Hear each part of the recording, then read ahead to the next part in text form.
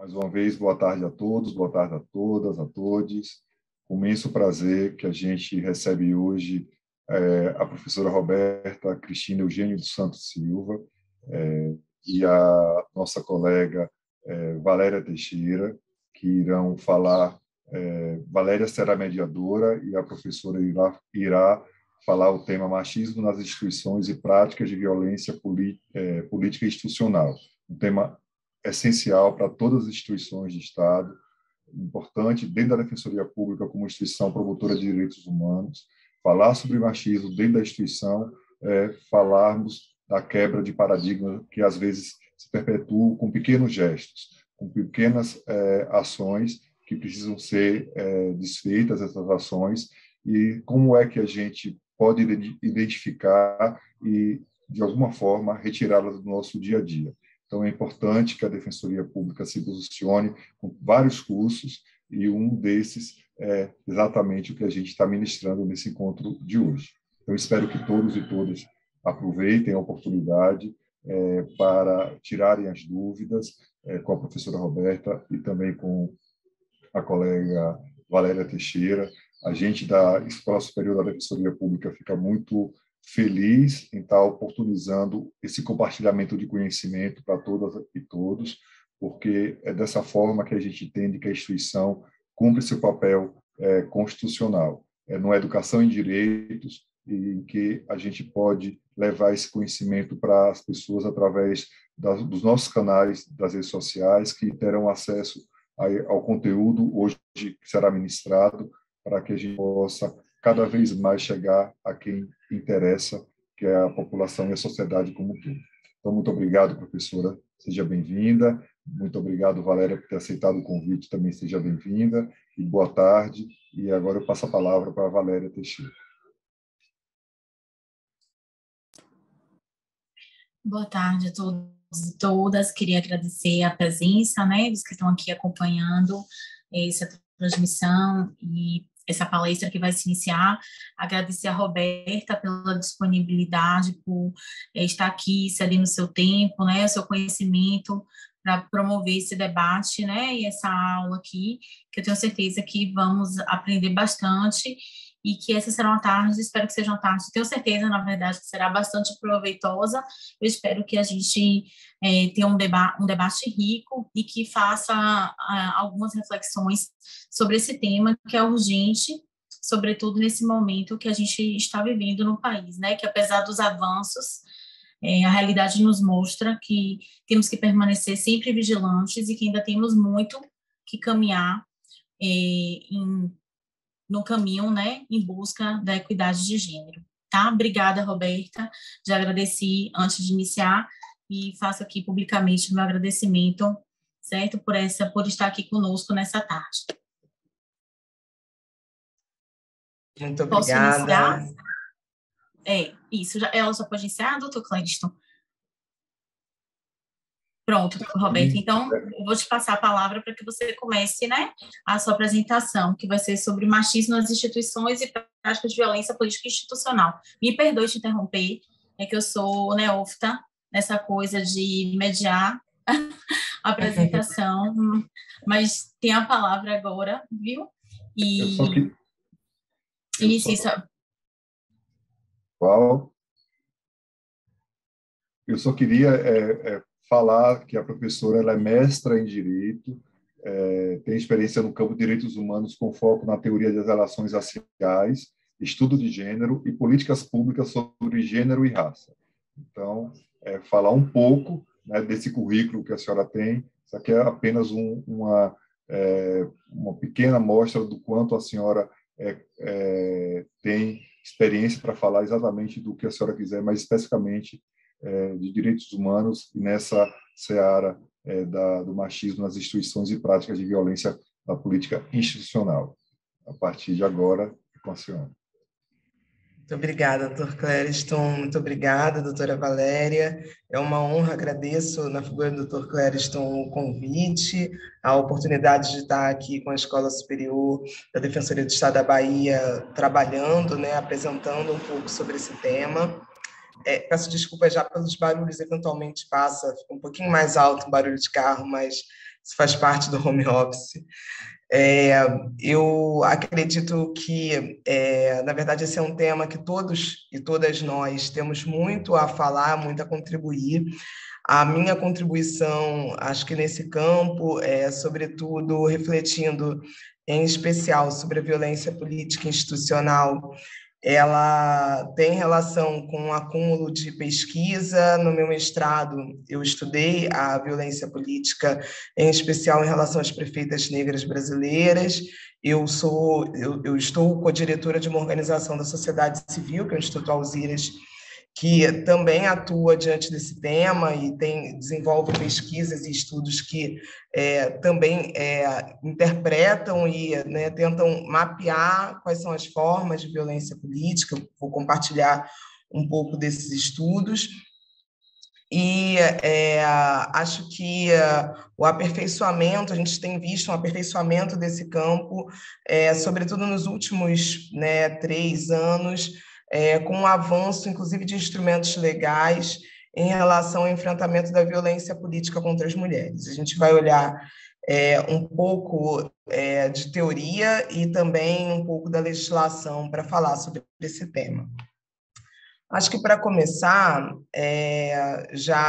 acho que o Dr. Clériston já me apresentou, mas eu quero fazer uma autoapresentação aqui, bem breve, né? Meu nome é Roberta Eugênio, eu sou advogada, mestre em Direito pela UFRJ, sou mãe e faço questão de fazer esse registro, porque quando nós falamos sobre o enfrentamento das desigualdades de gênero, é importante, inicialmente, visibilizar o trabalho invisibilizado de cuidados, né, que não se dá em relação apenas a crianças pequenas, mas isso é uma ocupação que é pouco identificada e que corrobora para as desigualdades, tanto materiais quanto também institucionais, que as mulheres experimentam, não apenas, infelizmente, no espaço de trabalho. Deixa eu clicar aqui para... Pronto. Então, para começar, por isso eu fiz essa breve apresentação sobre quem eu sou. Eu trago esse praticamente jogral de palavras, né, sobre mulher, espaço privado, violência, espaço público, violência institucional, política e poder. E eu convido a todas e todos a pensar sobre os locais a que foram conformados socialmente as mulheres. E, em relação a esse local, a gente está falando sobre o espaço privado, inicialmente, né, as relações que se dão num espaço doméstico e privado, e o espaço público, propriamente, um espaço que, por meio das desigualdades promovidas, né, pelo gênero, como um espaço em que é próprio para os homens. E quando as mulheres rompem essa barreira entre o espaço privado e público, esse rompimento vem acompanhado de uma série de violências que não fazem parte apenas de um desses espaços, por isso que nesse jogral vem primeiro espaço privado e violência, espaço público e violência. Ou seja, a violência tem relação com uma organização desse poder, né, do patriarcado, que distribui desigualmente as oportunidades e as liberdades dentro dessa sociedade. Então, eu faço essa citação breve, que eu vou ler aqui, que essa violência contra a mulher, ela se expressa numa permanente tentativa de destruição de poder. E o que seria esse poder? Né? Um poder de liberdade, de autodeterminação, de gerência da própria vida das mulheres, e que vai se apresentar nessas práticas, né? Ou seja, por isso que eu inicialmente convido todas a pensar sobre esse tema a partir das suas próprias experiências, porque não é possível, numa sociedade que se organiza distribuindo oportunidades assimétricas, que as mulheres não tenham experimentado de modo silencioso ou de modo mais gravoso, assim, né, direto, um tipo de violência por ser mulher, né? E aqui a gente vai começar, acho que essa aula falando, e eu esqueci de dar o start, no meu cronômetro, só para que a gente não passe muito. Pronto. Sobre as bases dessa violência contra a mulher. Começo com uma provocação, né? Qual é a melhor categoria a se utilizar, né? De violência de gênero ou violência contra as mulheres, só para que a gente chegue nas bases dessa violência e investigue um pouco melhor esse tema. O termo, né, o conceito de gênero, ele é uma categoria que foi organizada, né, foi desenvolvida para explorar, para conseguir apresentar as desigualdades que foram as desigualdades que foram utilizadas a partir de fatores biológicos para atribuir lugares e papéis diferentes nessa sociedade, né? Então, pensar o gênero enquanto uma categoria histórica e social forjada, né, desenvolvida para exatamente explicar as desigualdades que foram, né, inventadas, desenvolvidas a partir das constituições morfológicas e sexuadas, ou seja, desigualdades dessas que não existem. Então, o campo do gênero ele serve para explorar, né, para apresentar, inicialmente, essas desigualdades que há pouco tempo atrás, né, até esse campo não ser forjado, essas desigualdades até então já existiam, né? A gente está falando, os estudos de gênero começam a datar do início da década de 70, essas desigualdades já existiam, essas desigualdades sexuadas, esses papéis já existiam, mas a eles não se atribuía como um problema social, né? Esse problema é forjado, né? Esse problema ele é exposto a partir dos estudos de gênero. Então, quando a gente utiliza a categoria violência contra as mulheres, ela se insere dentro desse campo de estudo de gênero, que não vai tratar, obviamente, só sobre as mulheres, mas a violência, o conceito de violência contra a mulher acaba direcionando aquelas que são vítimas, um dos grupos que é vítima preferencial dessas desigualdades sexuadas dentro do campo dos estudos de gênero, né? Está, então, né, pensar que a partir dessa organização do patriarcalismo que vai fazer a distribuição desigual de papéis, espaços, locais, direitos mesmo de autodeterminação e liberdade, que nós vamos chegar e encontrar essas assimetrias que vão tolir as mulheres de uma série de direitos, mesmo com o avanço de mecanismos, ainda, né, quando a gente vai pensar em tempo histórico, muito recentes, que no enfrentamento dessas desigualdades, né? O que eu quero dizer, por fim, é que essas desigualdades elas não são inerentes às nossas, aos atributos sexuais, né? Esses atributos de feminilidade ou de masculinidade, eles são todos forjados para justificar essas desigualdades, né? Isso não significa que somos todos iguais, significa que nas nossas diferenças, algumas diferenças foram utilizadas para dizer que um grupo, e esse grupo, nesse caso específico, nós estamos falando das mulheres, mas existem várias outras camadas de opressão e marcadores que trazem o aprofundamento dessas desigualdades. Desiguais nós todos somos, mas como essas desigualdades são exploradas para destituir poder aqui entendo de modo amplo, né? Poder de autodeterminação, de gerência, de liberdade.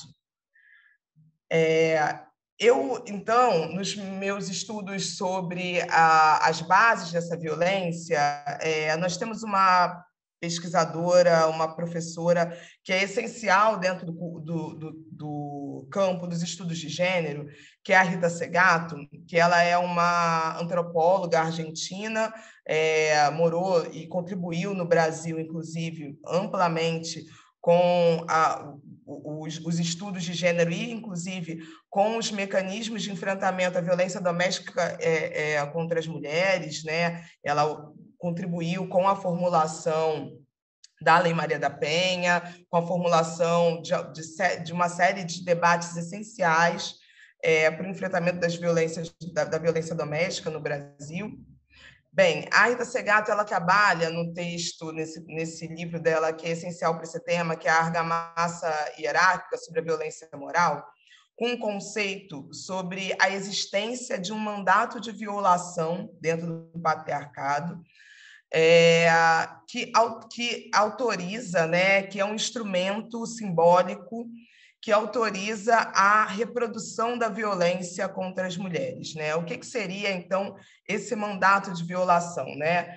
Ela explora que esse mandato de violação ele é como se fosse uma autorização que ainda assim sem nome, né, dentro do patriarcado, para que se perpetrem diversas violências contra as mulheres, e que esse mandato de violação, e essa é uma parte muito importante, eu peço a atenção de vocês, que ele se organiza de modo vertical e horizontalmente, né? E o que significa essa organização?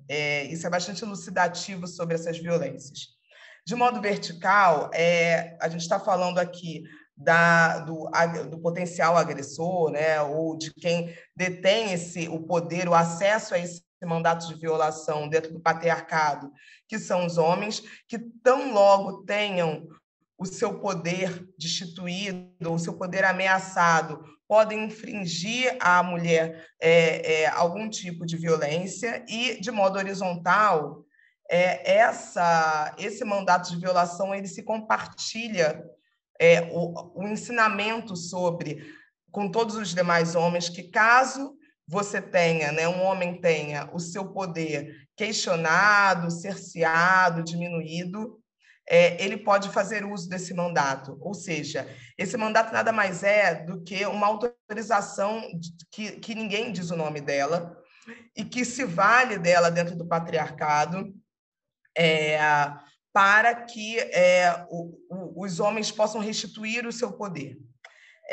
Ele, então, isso, em última instância, significa que quando uma mulher, apenas uma mulher, num caso isolado, é vítima de violência, a gente tem todo um grupo sendo atingido, porque existe uma inteligência, né, uma tecnologia sobre como restituir esse poder que, de forma silenciosa, é compartilhada com os demais homens. Caso vocês, então, tenham esse poder ameaçado, vocês podem fazer uso desse mandato, porque é autorizado dentro do patriarcado que se atinja, né, de modo verbal, de uma forma, inclusive, omissiva, eventualmente, mulheres, para não ter o seu espaço e o seu poder ameaçado. Ou seja, né, eu faço essa síntese desse slide, que o mandato de violação ele reestrutura o poder. É para isso que ele serve, né? Porque quando a gente fala dessa organização, né, de papéis e locais dentro do patriarcado, nós estamos falando de uma organização de distribuição de poder. Então, nós temos um avanço, por exemplo, né, das mulheres no mercado de trabalho, dentro das instituições, mas ainda parece que existe um teto de vidro quando a gente vai falar sobre uma igualdade plena, sobre equidade, inclusive através da invisibilização dos trabalhos de cuidado, de uma forma de você essencializar que a essas mulheres devem ser atribuídas determinadas funções gerenciais e de cuidado, e não funções diretivas. E isso está permeado em todas as instituições, porque é algo que estrutura a nossa sociedade, a nossa forma de olhar para ela. A Rita Segato também vai trabalhar com esse conceito dessa violência moral, que seria uma base desse mandato de violação. A violência moral aqui, eu peço que vocês entendam ela não como a violência moral que a gente conhece enquanto tipo, né, uma violência que parte de ataques verbais, de insinuações, mas sim como uma violência que é um núcleo de violência contra as mulheres, né? Ela é o núcleo desse mandato de violação dentro do patriarcalismo. ela seria, então, uma violência inerente a esse sistema e que faz com que essa distribuição desigual de papel, por si, seja uma violência, né?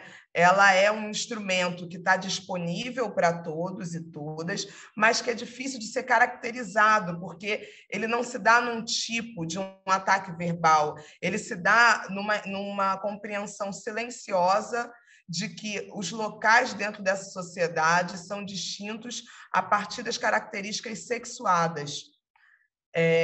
Então, seria essa violência, né, como síntese, um principal instrumento de alienação dos direitos das mulheres, porque para o exercício dessa violência não é necessário, por exemplo, uma discriminação direta. A gente está falando aqui de um núcleo dentro do patriarcado.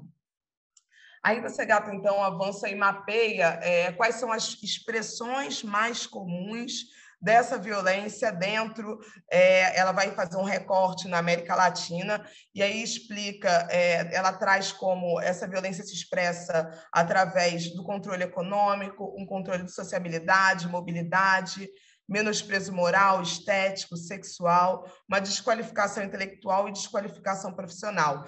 Essa lista ela é não exaustiva, né? Ela foi um esforço inicial, um mapeamento inicial, mas é muito interessante como ela converge com uma série de limitações ao exercício de uma liberdade plena das mulheres, inclusive no interior das instituições. E aqui, para acho que elucidar um pouco e já começar a fazer um gancho para esse tema junto com a violência política, em relação, por exemplo, ao controle de mobilidade, que de uma forma mais simples, né, a gente pensa sobre a segurança das mulheres, né, nos transportes públicos, nos seus deslocamentos. Há pouco saiu uma pesquisa, se não me engano, do Instituto Patrícia Galvão, sobre as violências que as mulheres sofriam nos transportes públicos. E nessa pesquisa, um minuto, foi mapeado que as mulheres sofriam, enquanto violência urbana, mais assédio nos transportes públicos do que crimes patrimoniais, furto ou roubo. E que esses assédios nos transportes públicos faziam com que elas alterassem toda a sua rotina em relação ao horário e locais onde elas se deslocavam. Só que esse controle de mobilidade, que agora eu acabei de falar, né, de algo que afeta talvez a todas as mulheres de formas distintas, ele também, através da violência política, vem afetando mulheres no exercício do poder. Por exemplo, uma série, assim, inúmeras parlamentares, nos últimos 2 anos, começaram a fazer uso de escolta oficial, né, armada, para a realização de tarefas ordinárias, porque a quantidade de ameaças às suas vidas cresceram tanto que a liberdade delas, apesar de estarem em locais de poder e tomada de decisão, foi cerceada. Então, não conseguem mais ir à padaria, fazer coisas comuns, ou tampouco em agendas públicas fazer uso do seu próprio carro. Isso é mais uma expressão desse controle de mobilidade que se expressa também, inclusive, dentro da esfera política, né? A gente tem ciência, né, também no sistema de justiça de modo amplo, tendo casos mais graves, né? Eu falo do Rio de Janeiro, então aqui no Rio de Janeiro, como o caso da juíza Patrícia Scioli, mas de magistradas que precisam fazer uso de escolta. E aqui é só apenas um exemplo desse tipo de controle, que é algo que se organiza dentro do patriarcado, né? Então, essa base da violência contra a mulher, através dessa violência moral, ela é um ato que vai estar permeando todas as relações e, sobretudo, né, dela vão se desdobrar uma série de expressões dessa violência contra a mulher. A gente, no Brasil, de modo mais comum e, enfim, não é ruim que a gente tenha, na verdade, um avanço que a gente tenha a consolidação desse campo, né, de entender a violência doméstica e sexual enquanto um problema da sociedade brasileira e não daqueles indivíduos, né, das mulheres que sofrem isso dentro dos seus espaços privados, sobretudo, inclusive, porque a gente vem falhando gravemente nisso, porque as maiores vítimas são meninas, né, crianças e adolescentes. Mas, ainda assim, essa violência moral ela é a base de uma série de outros tipos de violência, que a gente tem a doméstica e sexual já muito nominada, com uma série de instrumentos jurídicos, e a violência política e institucional, ela seria mais um ramo desse tipo de violência, né? Ou seja, de uma violência, né, dentro de um Estado machista, né, para a gente usar um termo mais corrente, né, dentro de uma estrutura patriarcal, e que hoje esse campo começa a beber um pouco do avanço, tanto dos instrumentos de enfrentamento às violências domésticas e sexuais contra as mulheres, quanto de uma série de instrumentos legais normativos em âmbito, né, em âmbito internacional, que o Brasil, inclusive, era consignatário, a gente vai chegar nisso daqui a pouco, e que agora a gente começa a ter, inclusive, uma legislação que trate especificamente dessa forma de enfrentamento a violências que ocorram, né, dentro dos espaços de poder eletivos, mas não apenas. Eu também trago aqui, acho que essa frase do Pedro Paulo Gomes, que é um cientista político, que eu acho muito interessante, que é: se o ato de violência é um ato de comunicação, a própria comunicação e o diálogo poderá subverter essa cadeia constitutiva. Eu gosto dessa frase porque, para mim, ela dialoga muito com aquela compreensão do que significa esse mandato de violação, né? O mandato de violação, ele sem sombra de dúvidas, um ato de comunicação dessa autorização de fazer uso da violência para restituir o poder. Então, é também através de ações como essa que nós estamos fazendo agora, elucidar, entender como se organiza esse tipo de violência, que a gente consegue quebrar essa cadeia constitutiva, porque sem dúvida, um exercício de reflexão interna, reflexão institucional e reflexão de práticas correntes, né?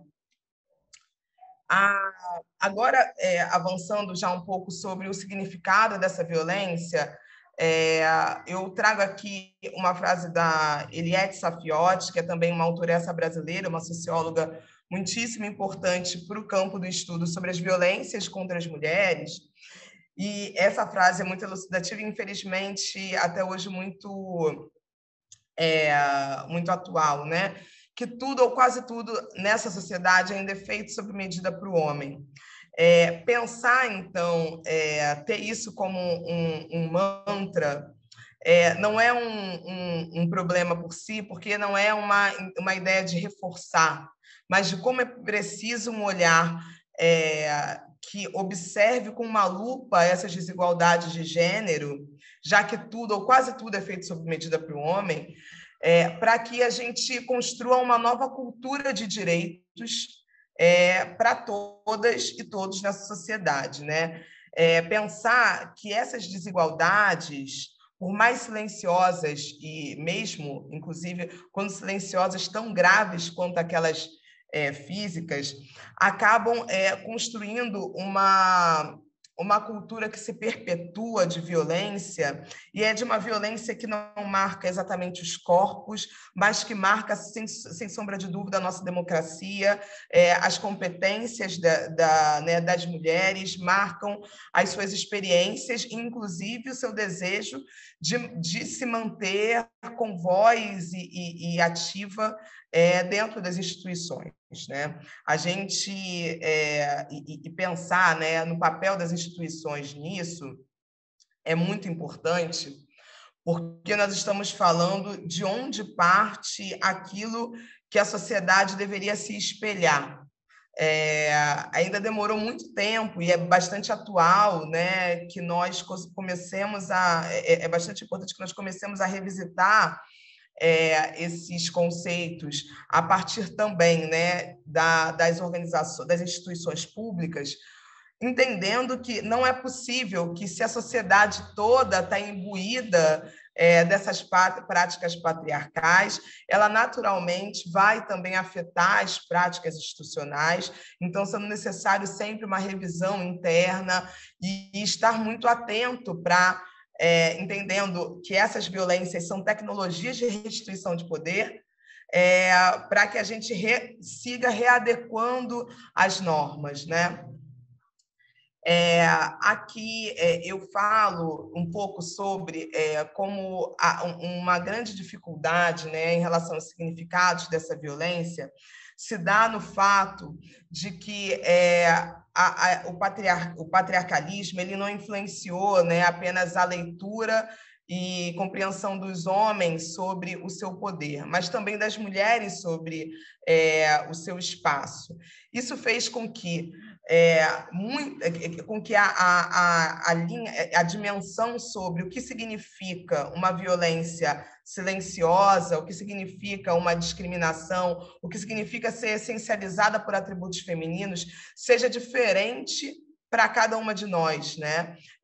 Obviamente, considerando também, como eu disse, os outros marcadores, a relação de onde você vem, como você é identificado racialmente na sociedade, isso também vai marcar as experiências e produzir experiências diferentes dentro do patriarcado, né? Então, as mulheres são desiguais entre si, e isso traz experiências diferentes, mas a Henriette Saffioti também diz algo que é, para mim, bastante importante, que a mera existência da nossa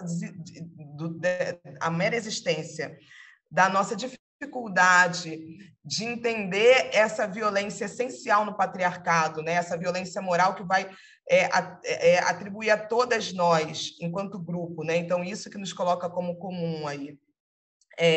Papéis submetidos, a mera tenuidade na nossa dificuldade de estabelecer esses marcos, isso por si já é uma violência, porque parece que, para algumas, está doendo mais, quando efetivamente pode estar doendo mais, mas essa denúncia dessa violência, ela contribui para quebrar o mandato de violação e libertar todas, né? Não é possível, dentro do patriarcalismo, que uma mulher ascenda a um espaço de poder e tomada de decisão e nele ela esteja ali sozinha, sem outros pares, e que isso não significa uma violência estrutural, né, dentro da sociedade, porque esse isolamento por si ele vai reproduzir um distanciamento e uma falta de compreensão, eventualmente, ou na verdade, uma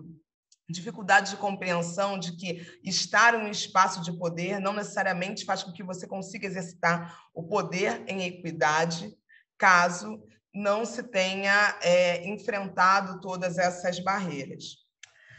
Chegando agora já no ponto da violência política, e esse é um campo, né, a violência política contra as mulheres, muito recente, né, no debate das violências contra as mulheres, né, ele é um campo que surge com, primeiro, reivindicações de candidatas e parlamentares dentro da Bolívia, né, nos anos 2000, a partir do momento que elas começam a denunciar essas práticas, que elas vão já, naquele momento, intitular de violência política contra as mulheres, como práticas graves para o exercício das suas liberdades e atribuições políticas.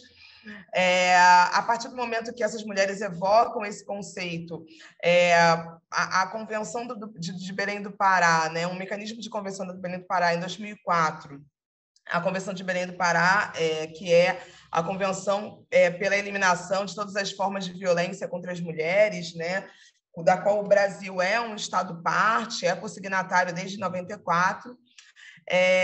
Em 2004, então, um mecanismo de acompanhamento dessa convenção para acompanhar a implementação das suas determinações nos Estados-parte, já é inserido o conceito de violência política, mas apenas em 2015, que é exarado numa declaração no bojo dessa Convenção de Belém do Pará, que é a primeira declaração internacional a tratar sobre as formas de enfrentamento ao assédio e violência política contra as mulheres. Anterior a isso, né, em 2012, a Bolívia já promulga a sua primeira lei, que é uma lei que serviu durante muito tempo de modelo para o mundo, que é a Lei 243, que é a lei contra o assédio e violência política contra as mulheres. Inclusive, internamente no Brasil, nós temos uma série de leis estaduais aprovadas inicialmente em 2019 no estado do Rio de Janeiro e no estado do Amazonas, sob a ementa de Estatuto da Mulher Parlamentar ou Ocupante de Cargo Público, mas que no seu interior é uma lei que aborda de A a Z todos os parâmetros tratados, inclusive nessa lei boliviana e na lei modelo da Convenção Interamericana, que também trata sobre as formas de prevenção, sanção e erradicação de violência política contra as mulheres. O que seria, então, esse conceito da violência política, né? E como é que ele importa para o debate da violência institucional contra a mulher? A violência política ela é compreendida, né, como toda ação ou omissão com base em seu gênero, que de modo individual ou em grupo tenha por objetivo ou resultado diminuir, anular, prevenir, obstruir ou restringir os direitos políticos das mulheres, violando o direito político a partir do gênero, violando o direito das mulheres a uma vida livre de violência e o direito de participar nos assuntos políticos e públicos em igualdade. Esse conceito ele é o que se compartilha tanto no Brasil quanto em todos aqueles tratados e declarações que eu apresentei anteriormente. E eu destaco que um avanço desse conceito, que é o fato de que a violência política ela não é refletida apenas pelo objetivo, pela intenção de cercear esse direito político, mas sim também pelo resultado. Se esse direito político está sendo cerceado, mesmo que individualmente ou em grupo não tenha se querido aquele resultado, mas se o resultado foi a violação desse direito, nós já estamos diante de um caso de violência política. E isso é bastante importante porque durante muito tempo, as práticas de violência política foram entendidas como parte do jogo político no Brasil. Ainda hoje, elas são entendidas como parte do jogo político, mas a gente começa, sem dúvida, hoje a falar disso de um outro lugar. A partir do momento que a gente já tem uma legislação agora federal que trate sobre o tema, temos alguns projetos de lei em diversos estados do país que tratam também sobre o tema, e há uma reflexão sobre como os órgãos do sistema político e eleitoral, por exemplo, mas também do sistema de justiça, precisam refletir urgentemente sobre esse tema e criar nos seus interiores mecanismos de enfrentar esse tipo de violência, né? Já que ela não atinge apenas as mulheres com cargo eletivo, mas as mulheres, né, com cargos públicos, no exercício desse cargo público. Mas, embora essa violência se compartilhe, né, e seja uma violência que, naqueles tratados que eu citei, ela se compreenda como própria também da experiência das mulheres ocupantes de cargo público, né? Então, aí entrariam em servidoras públicas, cargos comissionados também, isso, ou seja, uma violência que pode acontecer entre pares e que não precisa que haja uma hierarquia para o seu cometimento, mas sim que esse resultado afete esse exercício, né, das capacidades institucionais. Ainda assim, o conceito da violência institucional, ele comumente era aplicado aqui no Brasil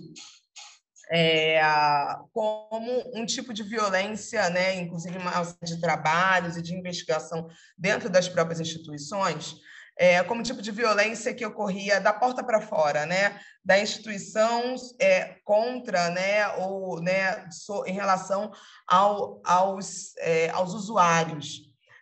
Pouco se investigava sobre como essa estrutura de distribuição de papéis e de poder por meio do patriarcalismo afetava no interior das instituições as próprias práticas, né, e a existência de uma série de nomes diferentes para que a gente atribua, né, esse tipo de violência, né? Então, a gente eventualmente, a servidora A passou por um caso de machismo, a servidora B passou por um outro episódio.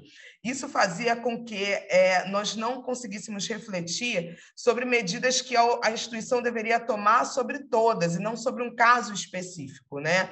Não é a solução de um caso, é a solução de como as instituições precisam pensar num desenvolvimento de novos mecanismos para atenuar essas desigualdades que são próprias dessa sociedade, mas que não deveriam ser. Que a gente tem que entender que, se elas foram socialmente construídas, elas também precisam ser socialmente desconstruídas.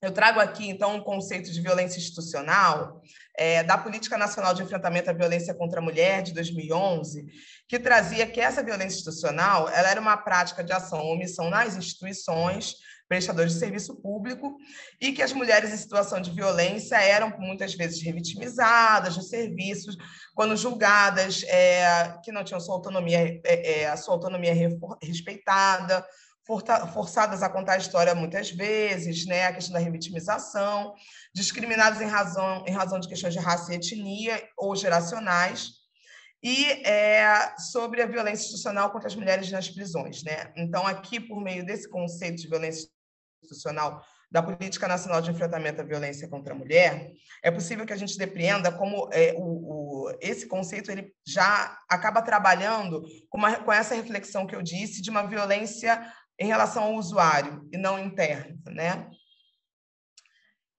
E aqui eu trago a reflexão, né? Nós deveríamos utilizar, então, violência política ou institucional, né? A violência política ela acaba avançando e contribuindo muito para o debate da violência institucional, e reforço nos tratados, nas declarações internacionais citadas, ou mesmo na legislação interna que a gente tem aprovada, a menção a servidoras públicas, a menção a mulheres ocupantes de cargo público. Contudo, a qualificação da violência institucional, né, da violência dentro das instituições, entre pares, mas não apenas, como uma violência política, isso qualifica o tipo de violência, né? Porque a gente está falando de um cerceamento que ele não é apenas, ele pode ser sobre os exercícios, as atribuições funcionais, mas não apenas, né? A gente está falando de órgãos que também têm uma vida política ativa. Então, eu trago aqui essa questão da violência política institucional, ela acaba reunindo essa dimensão do espaço institucional e político, né? Entendendo que o acesso a esses espaços é também um acesso político, e é um campo que está em consolidação a partir dessa qualificação do campo da violência institucional como uma violência política contra as mulheres, mas que vem avançando e muito. Eu trago esse conceito de violência política institucional, que poderia ser, então, redefinida como qualquer prática ou conduta de ação ou omissão realizada por uma ou mais pessoas, que pode estar expressa, inclusive, e essa é uma qualificadora, né, dessa violência institucional, em documentos, né, ela não precisa ter exatamente como um agente servidores, né, mas pode ser o próprio órgão, que ampliam as desigualdades de gênero no interior das instituições e que tenham por objetivo ou resultado diminuir, anular, prevenir, obstruir ou restringir os direitos políticos e ou estatutários das servidoras públicas ou mulheres em cargos de comissão de poder ou tomada de decisão. Esse conceito é um conceito que eu venho explorando a partir desse cotejamento, da contribuição, inclusive, do debate da violência política para o campo da violência institucional. Quando a gente debate o machismo e as práticas específicas de violência contra a mulher, e essas práticas elas têm diversos nomes, a gente consegue dar cara para os tipos de violência, mas quando a gente fala de um campo de estudo, de um campo de trabalho em relação a esse tipo de violência, a gente consegue pensar em como inserir isso dentro de uma agenda de direitos para pensar em enfrentamentos que sejam mais múltiplos, né, e não direcionados para caso a caso. Sobre a legislação nacional e também no estado da Bahia em relação ao tema, né, a gente teve a aprovação há poucos meses, né, em agosto, da primeira lei no Brasil que aborda a violência política contra as mulheres e que inclui também a violência institucional, mas, embora não trate dela de modo expresso, né, ela engloba mulheres ocupantes de cargo público, que é a Lei 14.192, de 4 de agosto de 2021. Essa lei altera, né, a Lei das Eleições, o Código Eleitoral e a Lei dos Partidos Políticos, mas ainda assim ela acaba incluindo. Então, vocês vão perceber que só pelos códigos que ela altera, né, ela acaba sendo uma lei que se direciona muito mais para uma violência política eletiva, mas a violência política contra as mulheres ela não é apenas eleitoral, né, então é importante que a gente avance nesse campo.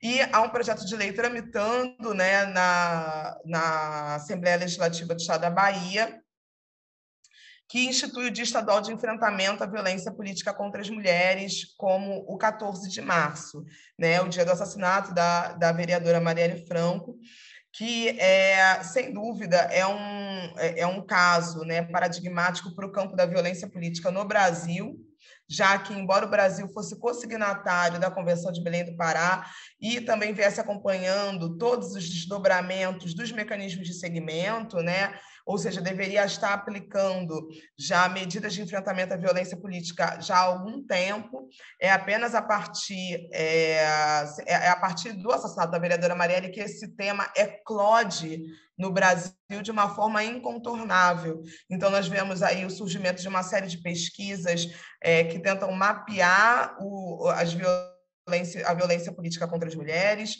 e que trazem, né, um quadro sobre qual é a situação das mulheres parlamentares no Brasil, entendendo essa violência política como uma barreira não apenas ao acesso, mas à permanência dessas mulheres nos espaços de poder.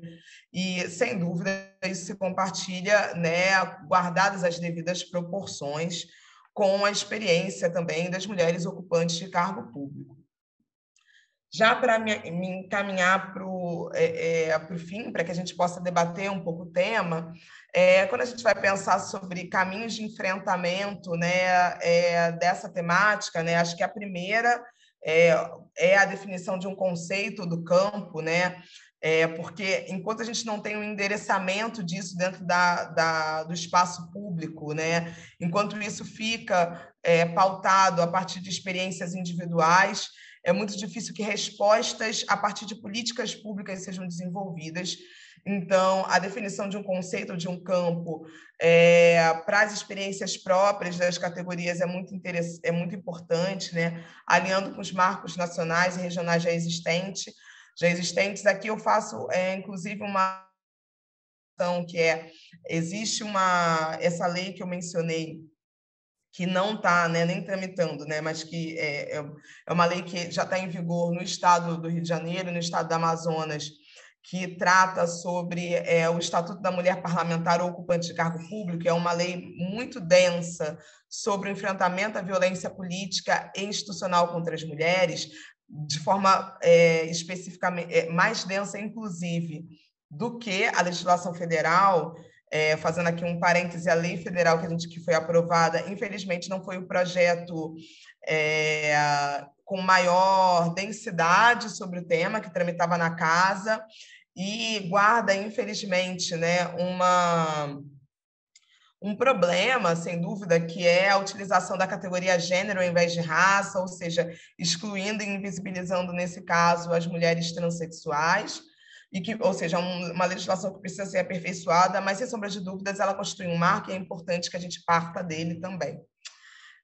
Pensar também em relação aos caminhos de enfrentamento, na produção de ações públicas, como audiências, lives, campanhas que visibilizem a temática, a produção de dados a partir de censos que tragam a dimensão de quais são as formas institucionalizadas dessa violência que acontece no interior dos órgãos, a difusão de campanhas de conscientização para inserir o tema na agenda institucional.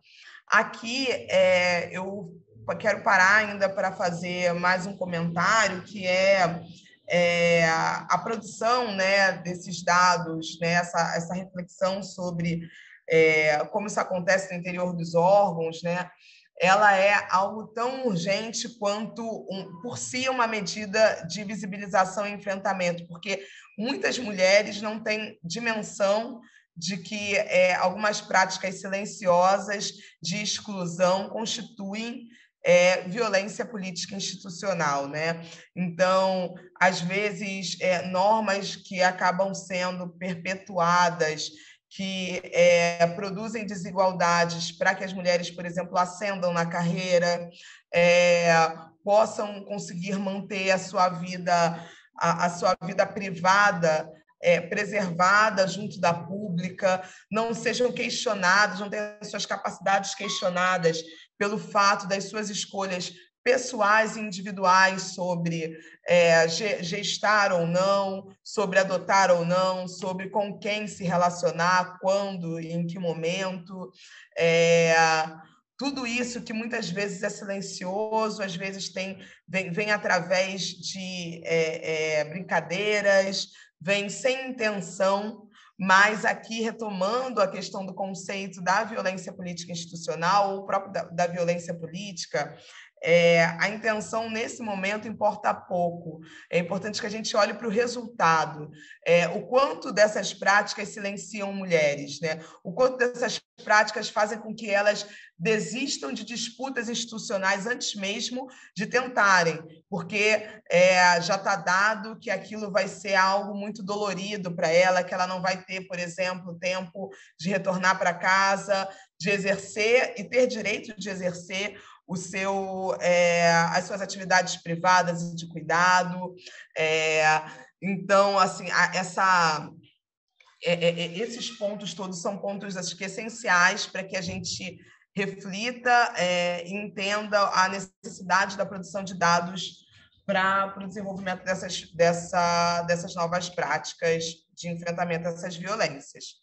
Aqui tem também alguns outros caminhos de enfrentamento, como refletir sobre a elaboração de protocolos que monitorem essas violências institucionais, observatórios que podem ser criados, né, no interior dos órgãos, mecanismos de suporte às mulheres que denunciem essas práticas, né, para que elas não fiquem sozinhas, para que o próprio ato de denúncia não seja um ato de mais vitimização. O compartilhamento de práticas exitosas nesse enfrentamento, né? Então, que aquilo que deu certo se repercuta para que não apenas na Defensoria do Estado da Bahia, mas em outras, essas práticas se disseminem, né? É importante entender que isso não vai afetar apenas um ou outro espaço. E, por fim, acho que entender que essa violência política institucional ela é uma tecnologia, né? A gente está falando de um tipo de violência que vai se perpetuar e se atualizar enquanto não foram desenvolvidas formas de se atingir o núcleo delas, que é essa violência moral. E esse núcleo não vai ser atingido apenas, né, somente por uma instituição, isso demanda um esforço coletivo de toda a sociedade, de todas as instituições, no avanço desse debate dentro dos espaços públicos, entendendo que nenhum deles vai estar apartado, né, a partir do desenvolvimento de ferramentas de reproduzir, eventualmente, novas práticas de violência, né? É importante estar atento sobre como isso vai se atualizar, mesmo com o avanço da participação das mulheres nesses espaços. E aí, para trazer um exemplo disso, eu vou falar um pouco sobre o tema da paridade, que em países como a Bolívia e o México se avançou muito no enfrentamento da subrepresentação, né? São países que nós temos praticamente a paridade como um dado, mas, ainda assim, o avanço da presença de mulheres dentro da política eletiva não foi suficiente para que as práticas de violência contra essas mulheres estivessem solucionadas. Esses países precisam e seguem desenvolvendo e aplicando a legislação que lá foi aprovada, né? Por exemplo, na Bolívia, desde 2012, e que segue sendo atualizada, já que ela é uma tática de restituição de poder por parte do grupo hegemônico. Com isso eu fecho, acho que essa apresentação, e abro para o nosso debate.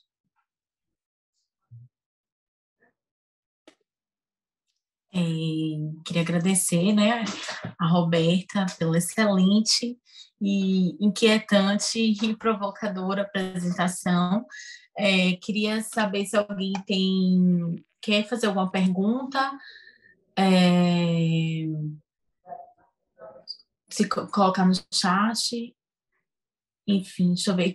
Se alguém tiver alguma pergunta, pode colocar no chat ou então pedir, se inscrever aqui pelo chat e fazer a pergunta também propriamente, ativando o áudio e o vídeo. Alguém tem alguma pergunta para poder fazer? Bom, enquanto as pessoas aí vão se manifestando, Roberta, eu tenho uma pergunta para te fazer. Primeiro, me dizer que me sinto... Comecei com a gafe, né, não apresentando o seu currículo, mas depois até me senti feliz por não tê-lo feito, já que você se apresentou de uma forma que, inclusive, eu vou me apropriar, porque você fez uma apresentação, né, deixando claro que faz parte do seu currículo e do seu papel também, né, a questão de ser mãe, que é algo que é completamente invisibilizado. Eu acho que, sobretudo nesse momento que a gente está vivendo, né, em que pese, espero que estejamos caminhando para o fim da pandemia, mas esse momento da pandemia, eu acho que colocou isso, assim, escancarou o que nós, mulheres, sempre sentimos, mas que era completamente invisibilizado, que é essa questão do cuidado, né? Que a Silvia Federici coloca também dessa questão do trabalho da mulher, de cuidado, do trabalho doméstico, daquele trabalho que não é remunerado e que, além de não ser remunerado, não é tido como trabalho, né? E como você colocou perfeitamente, que é algo que além de ser um trabalho, né, isso tem desdobramentos outros, tanto na nossa vida profissional, né, como na questão de galgar espaços de poder, na questão da renda, e a pandemia escancarou isso, né, dentre outros aspectos, mostrando, né, que as mais afetadas foram as mulheres, que muitas tiveram que sair, né, deixar o seu trabalho para poder cuidar dos seus filhos, dos mais idosos, porque não tinham com quem deixar essas pessoas, porque esse é um papel que socialmente é atribuído às mulheres, né? Muitas também, exatamente pelo papel, né? Porque todo mundo se falou muito de médicos, mas as enfermeiras, ou seja, essas profissões de cuidado que estavam ali diretamente ligadas à pandemia, a tratar as pessoas enfermas que estavam contaminadas, são ocupadas pelas mulheres, são ocupadas majoritariamente por mulheres, então elas estavam ali em contato direto, no enfrentamento mesmo da pandemia.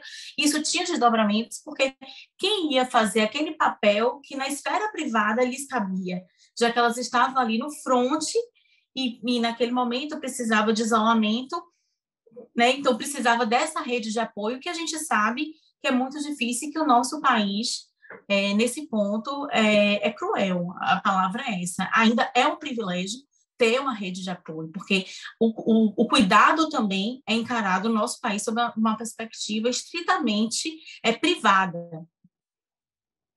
Exatamente, individual. Você pode ativar o microfone, Roberta, para ir falando. Ah, tá ótimo.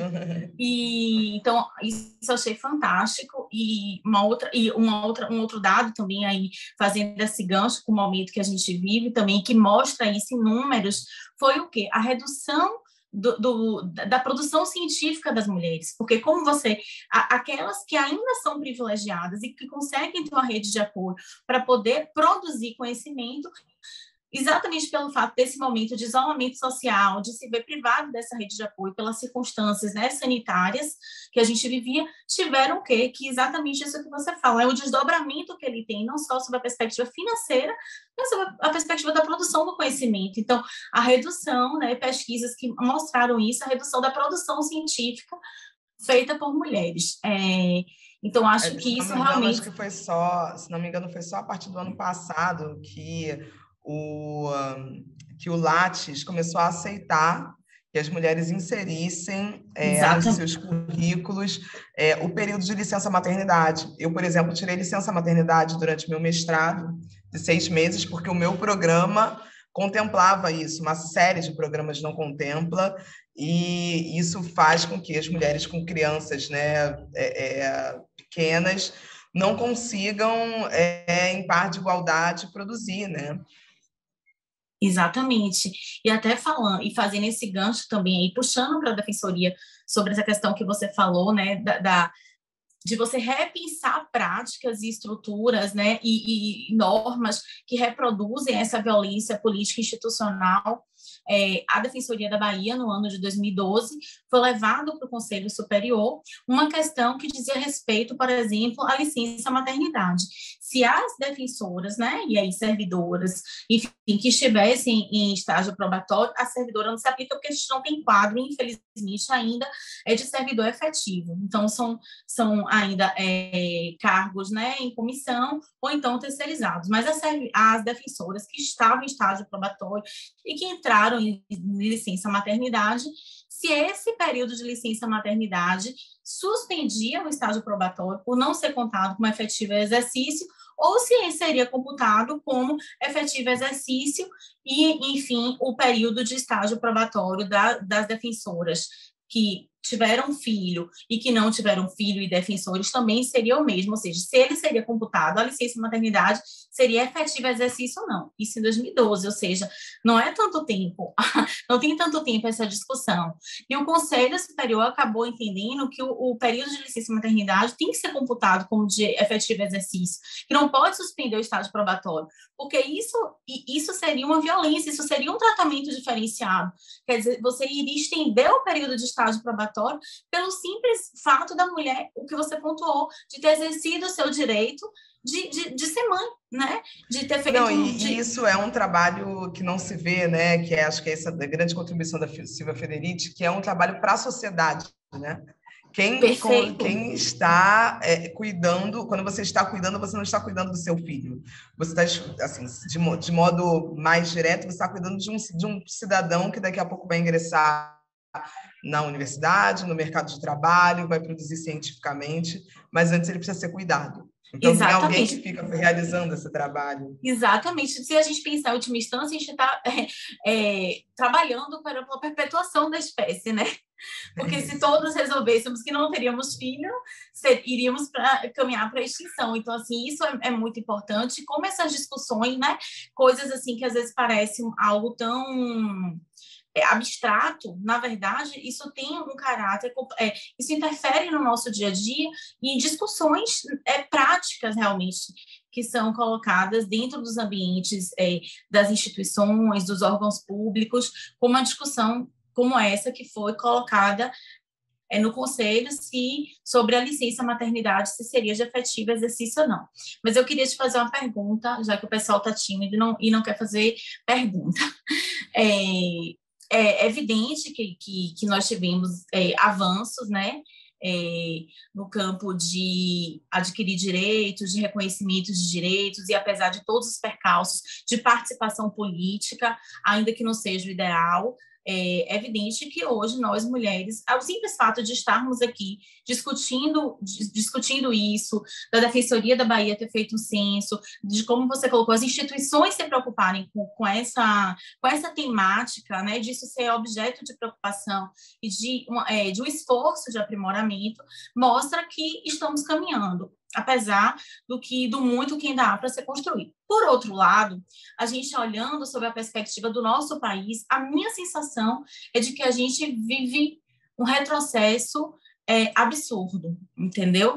Em todos os aspectos, assim, e para nós mulheres, sobretudo. E que o nosso líder, e aquilo que você falou do mandato de violação, dá o exemplo exatamente da prática que você pode fazer para poder silenciar, reproduzir a violência e, digamos assim, colocar as mulheres no lugar dela. Então, eu queria saber de você, enquanto pesquisadora, estudiosa do tema, qual o desafio que você acha que se coloca para nós na agenda, assim, como mais premente, no sentido de não normalizar essa conduta que, de certa forma, o expoente maior da nossa política, para não dizer o nome, naturaliza, e não só naturaliza, como se notabiliza é por esse tipo de prática extremamente violenta, misógina e autorizadora de reprodução de violência contra as mulheres. Nossa, excelente. Assim, na verdade, essa é, assim, qual é o nosso desafio, né? Eu acho que um dos principais desafios das mulheres enquanto um grupo, porque essa é a primeira barreira que se impõe, é a barreira do silêncio, né?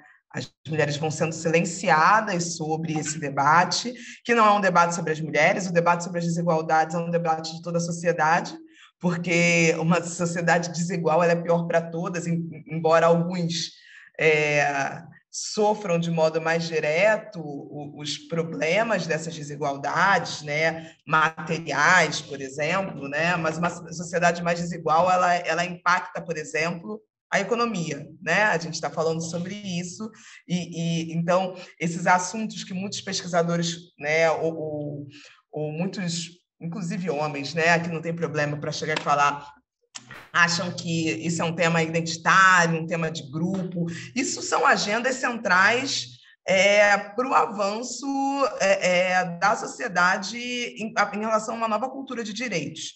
Então, primeiro, falar sobre esse tema, eu acho que para que a gente não deixe cair em esquecimento, porque é o seguinte, quando a gente vai pensar na política, né, na política de modo mais geral, o que a gente vem acompanhando nos últimos anos é uma destruição dos aparelhos desenvolvidos para proteção e suporte às mulheres vítimas de violência doméstica e sexual, uma precarização do ambiente de trabalho, que aumenta a pobreza, e a gente sabe que isso vulnerabiliza, sobretudo, as mulheres, e, de modo mais específico, as mulheres negras, as mulheres indígenas, e como, na verdade, conseguir manter esse tema quente dentro da agenda política é importante para o momento em que a gente consiga começar a reerguer, para que esse tema não seja lançado novamente para o fim da fila, como um tema de grupo, como uma questão setorizada, isso é uma questão identitária, não existe algo que mais me afete do que quando falam que esse é um debate identitário, é um debate menor, é um debate sobre e por mulheres, né? Porque não é. Porque, assim, efetivamente ele não é. Ele é um debate sobre essa sociedade, ele é um debate sobre as instituições, ele é um debate sobre o poder e manutenção dele. Ele é um debate, inclusive, sobre os problemas graves dessa democracia, né? Pensa, se nós não tivéssemos mulheres no interior, por exemplo, da defensoria, nesse exemplo que você deu, é possível que algo tão básico não fosse provido, e que essa desigualdade se mantivesse, porque uma servidora apenas, ela não ia ter força suficiente para conseguir levar isso à frente, né? Uma defensora apenas.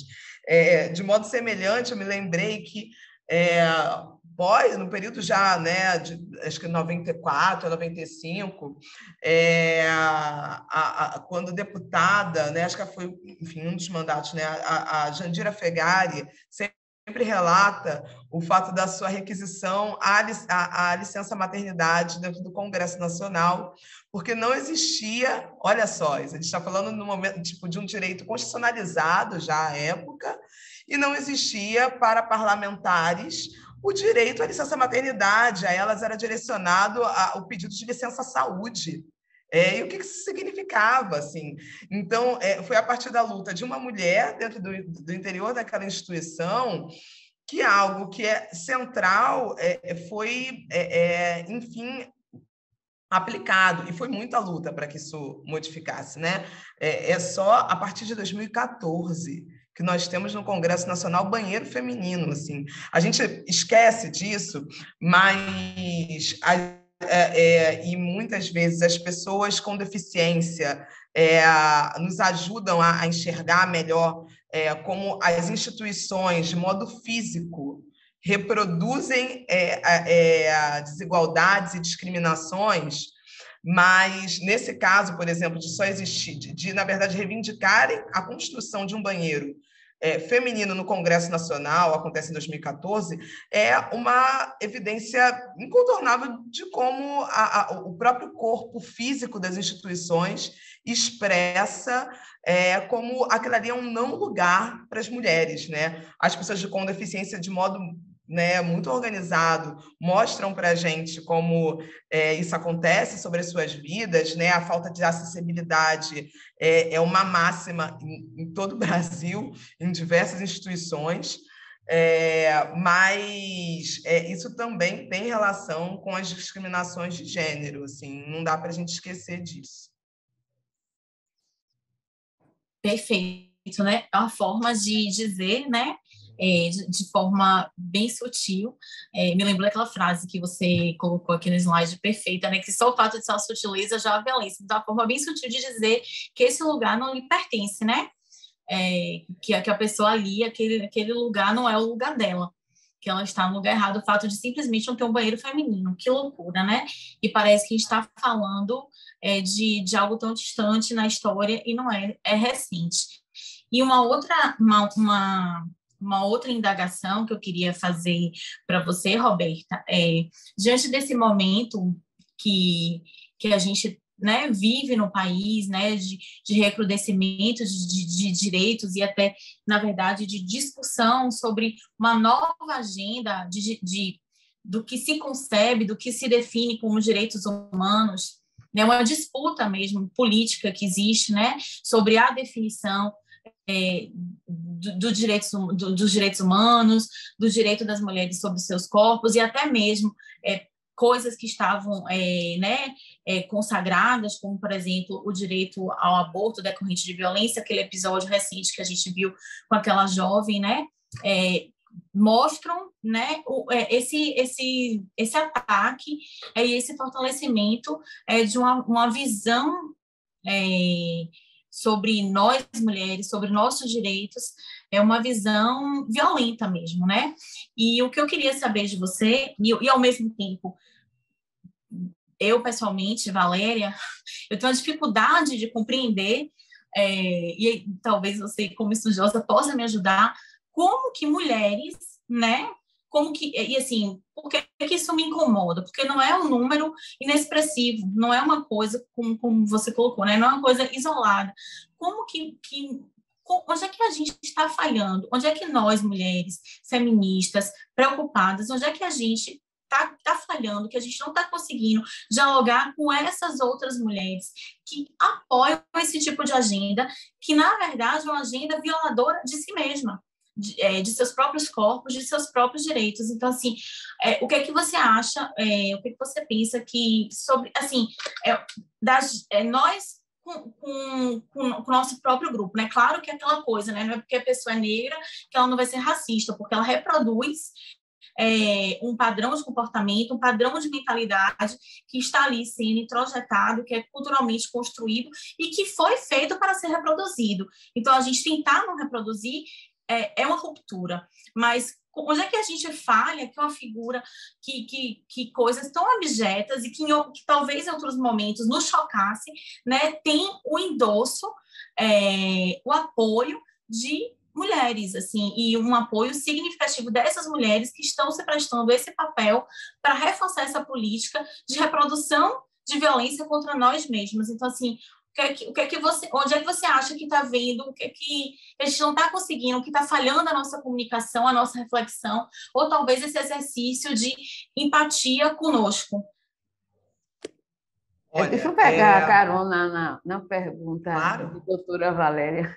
Eu me lembrei... A Valéria, gente, pelo amor de Deus, à vontade, viu, Cacilda?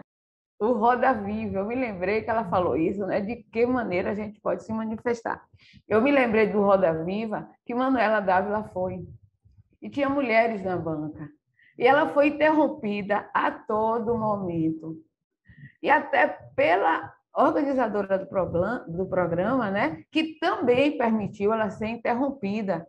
E eu questiono muito como foi aquilo, porque pela condição de Manuela, né? Já foi uma parlamentar, já trabalhou nesse lugar, já sabe dessa pressão, né? Como foi que ela se deixou permitir ser interrompida a todo tempo, ser complementada nas falas dela, que, para mim, foi uma violência terrível aquilo. Aí eu vou pegar o gancho da pergunta de doutora Valéria e complementar essa minha. Vou começar de trás para frente, então, Cacilda. Acho que é muito interessante que você tenha trago esse caso do Roda Viva, porque, eventualmente, quando eu estou falando sobre violência política eleitoral, eu menciono esse caso, mas por uma outra perspectiva. E aí eu vou dizer qual é. Né? Eu estive já em algumas mesas com a Manuela Dávila falando sobre violência política. E a Manuela Dávila sempre traz também esse caso. E ela sempre traz esse caso para falar o seguinte, que em 2018, quando ela passa, como eu disse, né, a gente tem esse ponto de inflexão dentro do campo da violência política no Brasil a partir do assassinato da Marielle. E pós-assassinato da Marielle, esse tema é um tema que entra na agenda. Então, muito começa a se falar sobre ele. As eleições acontecem no final do ano, acontece esse episódio com a Manuela Dávila, e existe uma contagem, né, contabilizado quantas vezes ela é interrompida, foi contabilizado quantas vezes outros candidatos foram interrompidos também.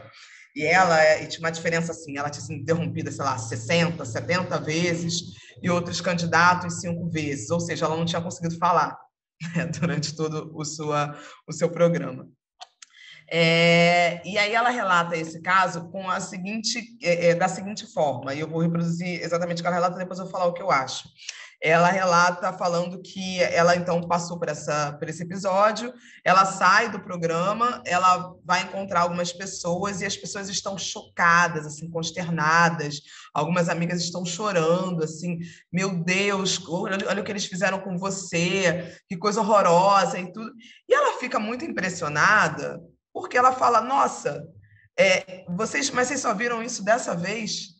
Isso sempre aconteceu. Estou na vida pública desde os 20, sei lá, desde os 18 anos. Isso sempre foi a minha realidade na vida pública. Não me deixarem falar, usarem, né, falarem da minha roupa, falarem que eu não...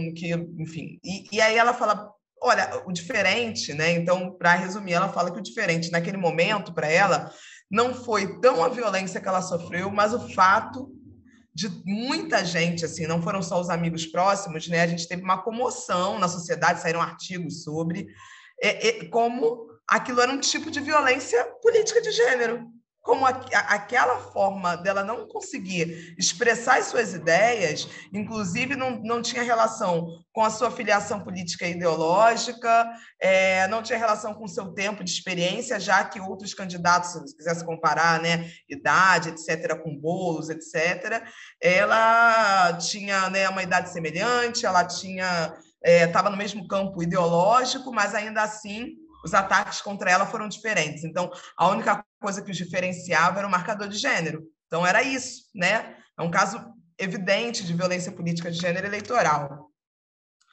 Agora, a Cacilda fala como que ela autoriza isso, né? A grande questão é que a gente não autoriza, e não precisa. O patriarcado não precisa que a gente autorize, assim, porque o que quer que se faça no enfrentamento a essa violência de modo individual é atribuído como um problema daquela que fez. Então, assim, se ela falou alto e gritou e se insurgiu contra, enfim, ela pode ser taxada de louca, pode ser taxada de raivosa, só por estar reivindicando algo, assim. Se histérica, ela não faz nada... Histérica, podiam chamar ela de histérica, por aí vai. Se ela não faz nada, é como se aquele problema também fosse dela. Então, assim, não importa. Há uma construção de um, entre aspas, não lugar, porque é um lugar, sim, né? Mas a construção de um não lugar, com muitas aspas, em que você está sempre errado. Você sempre vai estar errado. Então, assim, não importa realmente muito o que se faça. Por isso que as ações e a necessidade de comprometimento das instituições para a gente mudar essa realidade é tão importante. Porque, individualmente, os efeitos são pequenos, e, inicialmente, individualmente, pouco se tem como algo que se compartilhe coletivamente. Quando eu falo sobre a questão do mandato de violação, e eu realmente acho essa parte muito importante da Rita Segatto, é o seguinte, se existe um tipo de prática que se compartilha de restituição de poder através das práticas de violência, é importante também que a sociedade seja ensinada através de ações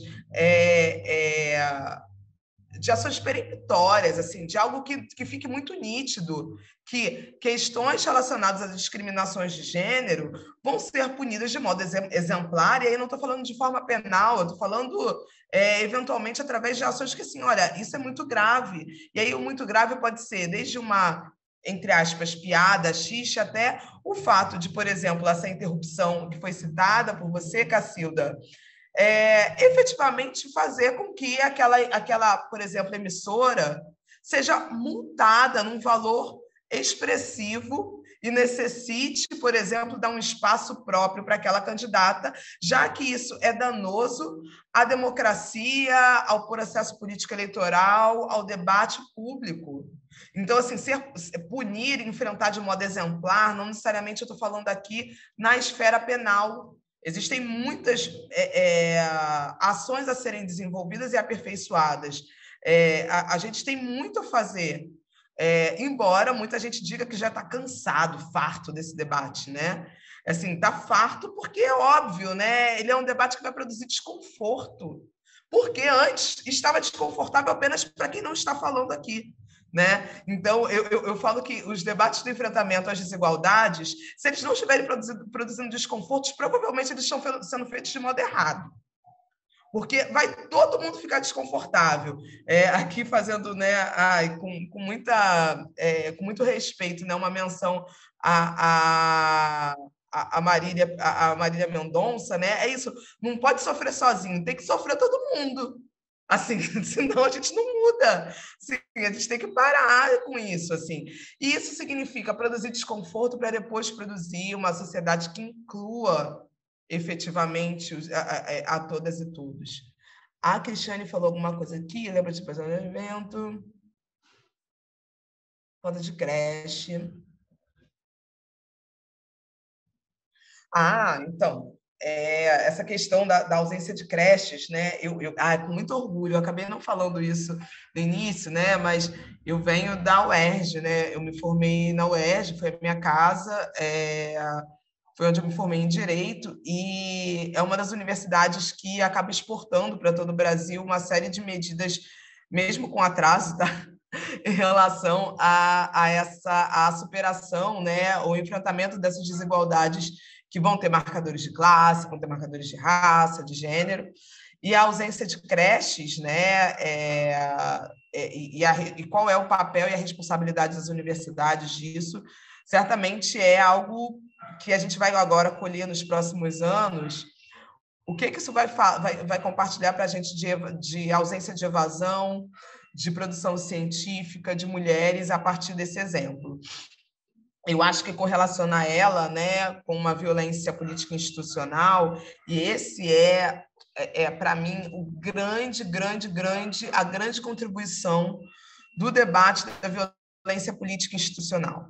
É que a gente pode olhar entre pares, a gente pode olhar aos ataques que são feitos, mas a gente também olha para a responsabilidade do órgão por si, né? O que assim, as instituições podem fazer diante disso? Não dá para que a gente produza dados e evidências e que as decisões sejam tomadas a reboque delas, né? Uma das maiores e principais medidas de enfrentamento à violência contra as mulheres, que foi promovida nos últimos anos e, infelizmente, acabou agora, é o Bolsa Família. Porque como sair de um ciclo de violência sem acesso a recurso?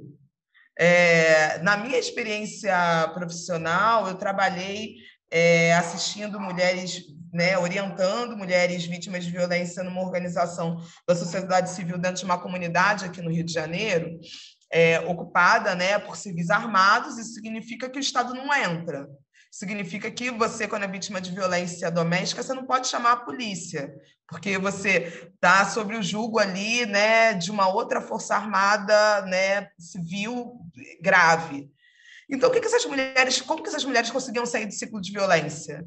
Quando elas acessavam recursos para conseguir sair daquele lugar e morar em outro lugar com outra família, conseguir, muitas vezes sem rede. Então, assim, entender que política de enfrentamento à violência contra a mulher, de modo amplo, não é só na esfera penal, é na esfera econômica, é através do desenvolvimento de políticas de inclusão que deem conta da superação, ou pelo menos de reconhecer que existe uma desigualdade na distribuição de papéis de cuidados, existe uma divisão sexual do trabalho que vai se manter, por exemplo, na distribuição de pastas, né?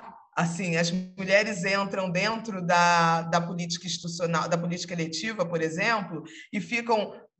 a elas é direcionada a Comissão da Mulher, a Comissão de Educação, a Comissão de Saúde. Mas elas não podem debater, então, elas não têm nem cadeira e não conseguem, né, debater orçamento e finanças públicas, que é onde você decide qual vai ser a alocação de recursos, elas não conseguem estar em pastas como de assuntos urbanos, onde você decide a questão sobre mobilidade, sobre segurança e mobilidade. É sobre isso que a gente está falando, é sobre, inclusive, por exemplo, as casas legislativas fazerem essa autorreflexão e, óbvio, as instituições públicas também.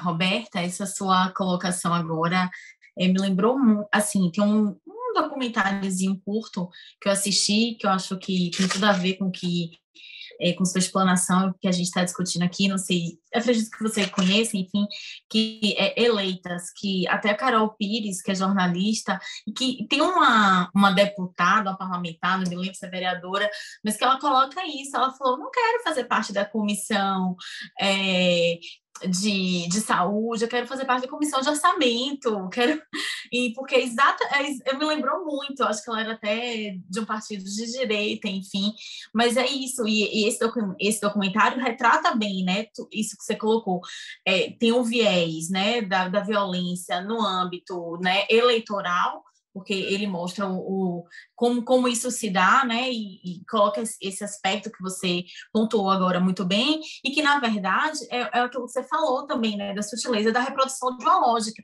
A mulher tem que fazer parte da comissão, que, no fundo, é aquela comissão do cuidado, porque a expertise dela é apenas no cuidado. Ela não tem expertise, ela não tem... No fundo, está dizendo para nós, né, que a gente não tem capacidade de debater outros temas que não aqueles que, em última instância, sejam afetos ao cuidado, porque a gente só sabe cuidar, mas falar de orçamento, falar de planejamento, ser ministra da Casa Civil, ser ministra do Desenvolvimento, ser ministra da Fazenda, isso a gente não pode.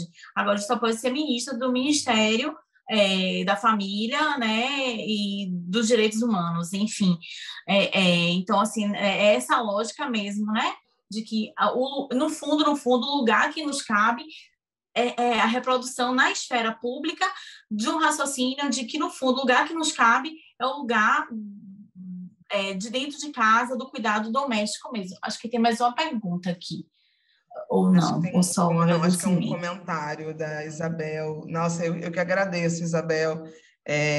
Eu realmente acredito que esses debates fazem parte de um esforço tanto da instituição, né? Então, por isso que eu reforço aqui o agradecimento à Escola Superior da Defensoria Pública do Estado da Bahia, pelo convite, pela própria ação, assim, parabenizo mesmo pela ação. É muito importante que ações como essa sejam feitas mais e mais, que a gente consiga sensibilizar e convidar mesmo, assim, eu quero só fazer um registro aqui, eu falei sobre essa questão do desconforto, mas eu quero dizer uma coisa que é claro que tem, né? A gente vai estar... esse tipo de assunto aciona uma série de memórias, tanto memórias pessoais, quanto questões que, às vezes, as pessoas, aí pensando também em homens, né, se envergonham, eventualmente, de terem cometido. Mas eu acho que a gente tem que olhar para esse tema, né, e para esses momentos como um momento de um convite, né, um convite a reflexões individuais e coletivas e um convite a que a gente possa errar junto também, sabe? Porque se esse é o espaço para ter dúvida, para errar, para acertar, e eu acredito, né? Eu sou absolutamente freiriana, assim. A cada momento que eu faço isso, e que eu participo de comunicações assim, que eu dou aula, eu não compartilho apenas conhecimento, eu também acumulo de vocês. Assim, tem uma troca aí de coisas que, por isso que existe uma necessidade, né, das próprias servidoras e servidores olharem o que é necessário para o órgão, né? O que eu trago é uma teoria geral, mas quem está no dia a dia do órgão que sabe quais são as quinas específicas, né? Então, às vezes não se ajusta, não tem um encaixe perfeito com o que está acontecendo, mas é uma teoria que vai ajudar a responder e a pensar, né? E aí as respostas de quais são as recomendações adequadas para cada experiência, quem tem são vocês, né? E isso melhora para todo mundo. Então, eu também quero aproveitar esse momento para agradecer mesmo, Isabel, e agradecer pela oportunidade de ser parte dessa mudança que a Defensoria Pública do Estado da Bahia está promovendo sobre esse tema no seu espaço. Temos mais alguma pergunta? Se não tivermos, eu vou passar a palavra para a Roberta para as considerações finais. Então, ninguém se manifestou, Roberta, então eu vou passar a palavra para você. Caso você queira fazer alguma consideração final, indicação de algum documentário, algum seriado, algum livro, aqui a gente com certeza tem um público, né, de estagiários, estagiárias, então caso você tenha alguma leitura, alguma coisa que você queira recomendar, fique à vontade, a palavra está com você. Obrigada. Então, acho que começar, então, fazendo uma referência a uma série de... Existem agora, né?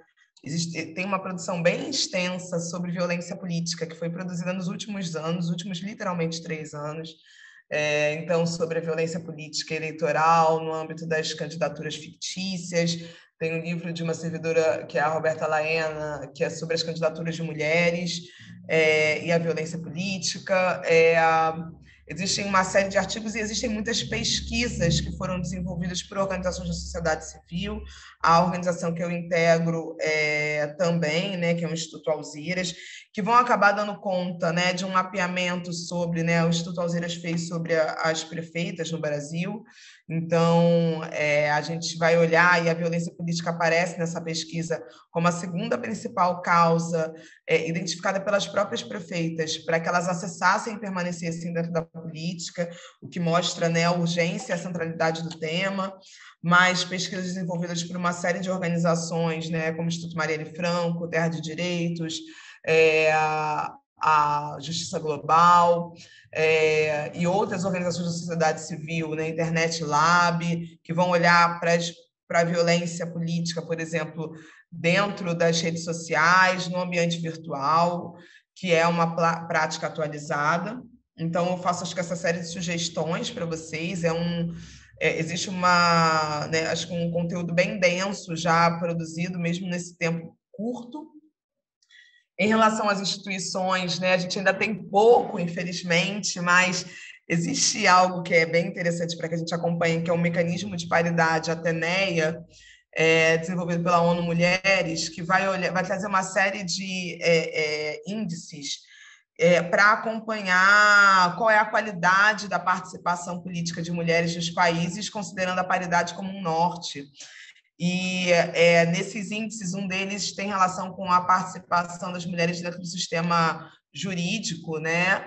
E o Brasil recebe uma nota terrível, assim. Então, assim, ter também esse índice que vai começar a ser atualizado anualmente é bem interessante, porque, embora ele fale sobre a participação das mulheres na política de modo geral, ele vai olhar dentro dos índices para as realidades específicas, e isso serve como um instrumento, né, para as lutas internas também. E, por fim, eu acho que eu quero agradecer, realmente, acho que eu já acabei fazendo uma despedida antes, né? Acho que agradecer a oportunidade, agradecer o tempo também de todas vocês. Eu sei que nesse momento a gente vai chegando em novembro, tudo fica super corrido, é um momento de fechar o ano, tá todo mundo exausto já, né? 2 anos de uma pandemia equivalem por 10. Então, está todo mundo muito exausto. Então, eu quero realmente agradecer pelo que vocês, né, dedicaram aqui para esse momento e me colocar à disposição para que a gente siga em diálogo sempre que vocês necessitarem. E eu que agradeço, Roberto, em nome da Defensoria Pública da Bahia, da Escola Superior, o seu tempo, esse debate, as informações, o conteúdo que você trouxe, essa troca que a gente teve aqui, e confesso que, na minha opinião, o tempo passou rápido. Queria agradecer também a todos e todas que estão presentes, que acompanharam, que participaram, porque eu acho que é importante, né, a participação, porque a gente não vai conseguir, não vai galgar a mudança, como a própria Roberta colocou, individualmente. Então, é preciso que a gente pare, mesmo na correria, todo mundo tem seus afazeres, mas que a gente pare um pouquinho para debater esse tema, que é um tema urgente e que afeta a todas e todos, não é um tema exclusivo das mulheres, como muitas vezes é colocado, como a professora pontuou tão bem.